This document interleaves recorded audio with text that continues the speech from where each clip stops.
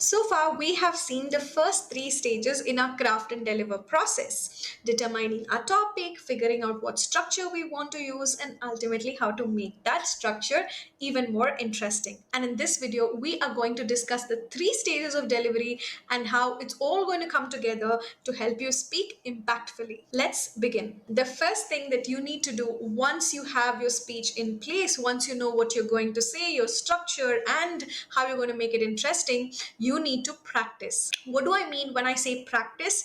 Is not to learn a script, not to by heart a script, but to have that points in place and speak through it. Talk as though you are actually talking to your audience, but do this by yourself at least once, because once you do this, once you're able to practice and verbalize your thoughts, you actually understand if there is anything that you need to cut out, if you need to clean up something, if you want to add a little bit more, if the flow seems to be right. All of these things get resolved when you practice by yourself at least once before you speak to others. This also helps us to make all the mistakes that we are going to make when it comes to a speech. Maybe saying the wrong sentence, maybe using too many fillers, helps us overcome all of this, and in turn it will help build confidence that the next time we speak, your speech will automatically be better for sure. So your second time is always better than your first time, and your third time is going to be better than your second time.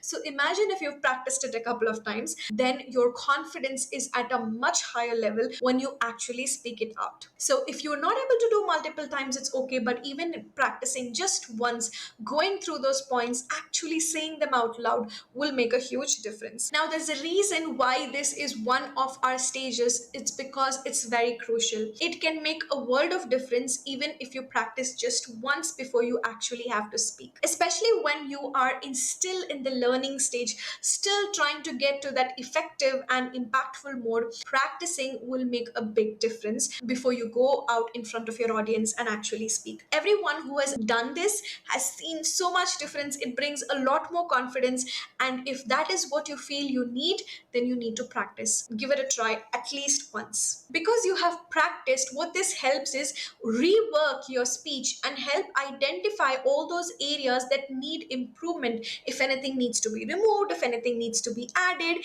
anything to get that flow right, remove unnecessary things, take the fluff away, take out all the additional points that are there just because you think you need them but are actually not helping you achieve the outcome that you want. Take away everything, look at your content, and when you speak it out, you'll be able to think, okay, does each and every point here help me achieve my outcome, help me create my impact? Keep them, remove everything else, and thereby your speech gets reworked. If you have practiced and if you have reworked and you feel ready, then the last stage is going and delivering that speech.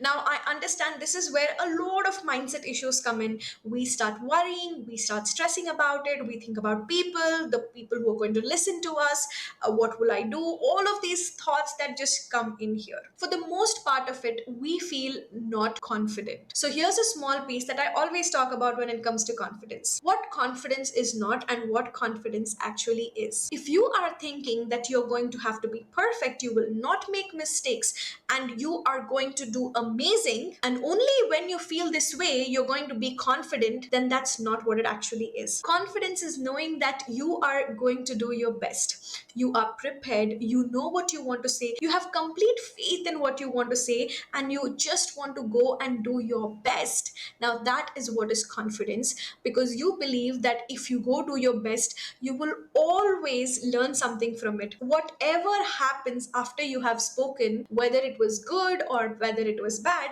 there is always something to learn from it.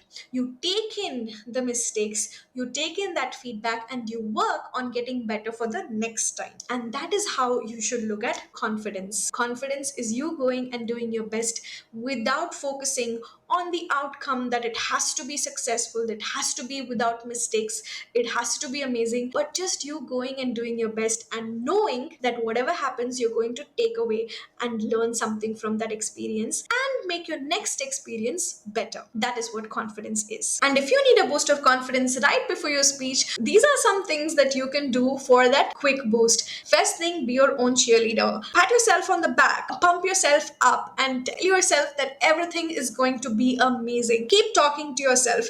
And when I say talking to yourself, it's all positive self talk that is going to make a world of difference. The next thing are affirmations. In the same light, affirmations like everything is going to be well, I am calm, I am composed, I will speak easily, I speak confidently, clearly. There are amazing affirmations that you can look for, and if you like, I can also share some with you. So take those affirmations and tell yourself like a mantra. The next thing is power posing. Do read up on this topic because it's amazing for your body language as well. Power posing is basically striking a powerful pose for 2 minutes to make you feel confident. And this is something that you can quickly do before that important meeting or interview where you need to look more powerful and confident. Music, listening to heavy music, loud music will instantly put you in a much better mood. And you can also try visualizing success. Visualize speaking amazingly, that you've already done an amazing job. People love what you have to say, and all those things can be a great boost of confidence for you just before you go ahead and speak. I hope you like all of those, and do let me know which ones you're going to try out in the comments below, and if you need a little bit more help with any of these. But here I'm ending with a few tips for good delivery. The first and the most important thing is to stay calm. Staying calm will happen when you know that you're ready and you're going to come and do your best. It's okay, and you're not going to get stressed about anything else that happens. You're going to take it calm. So stay calm, tell yourself to breathe. Speak loudly, slowly, clearly, and confidently. This is a takeaway from our voice module where we ensure that we maintain that calmness by speaking slowly, loudly, clearly, opening your mouth, and confidently. Let your practice come through. You have practiced it, and when you stay calm, all those points will come back to you. It's only in moments of stress that you will end up forgetting your points. So stay calm and let your practice come through. When you need to think, pause instead of filling them with this I mean, like. So to avoid fillers, all you need to do is pause, use your body and your voice effectively to convey the message that you want to convey, and pay attention to your audience. Look at your audience, observe them, and see if everyone is on the same page as you. And remember that you can only get better every time you do this. Every time you speak up, every time you go ahead and give your speech, you can only get better from here. You're going to take away the learnings and you're going to do better next time. And if you have that as your mindset, then nothing can stop you from becoming an impactful communicator. So there you go. These are your 3 stages of delivery. Practice, rework, do that process as many times as you require, and then go ahead and deliver, knowing that you're going to do your best. With this, we are done with the entire craft and deliver process. Welcome to the last video in this entire module where we are going to put everything together, all the 6 stages of the craft and deliver process, and learn this using an example. So are you ready to get started? Let's go. First stage is to determine the topic and have absolute clarity as to what is it that we are trying to achieve through our speech. So let's take an example to go through this entire process. The situation that I am picking for this example is where I have to give a speech to a group of working professionals or people who work from home on how to manage their time better. Now let's understand the context and determine our topic more clearly. Time management is a huge topic. There are so many things that you can talk about when it comes to time management. But now I'm looking at my audience and I know that these are people who are already working, who are doing work from home, which means they're finding it difficult to manage their time or to have boundaries or to even get time out for themselves as breaks, etc. So these are the things that I know that they might be struggling with. Now, these kind of people would also have a lot of mindset related issues that I don't think any time management thing is going to work for me, or I have tried multiple things, nothing has worked. So this could also be a way that they might be looking at it. Now, so for this situation, let's consider that maybe I have 5 minutes, and then if what will I do if we have 15 minutes, and what can I do if I have 30 minutes? So we look at it from all 3 different time zones so that you can understand this example very clearly. So now let's go back to our outcome or our goals. So it will be a combination of of attitude, content, and skill based on the time that I have. For the same set of audience, I can have a combination of all these goals depending on the time that I go with. So let's start with our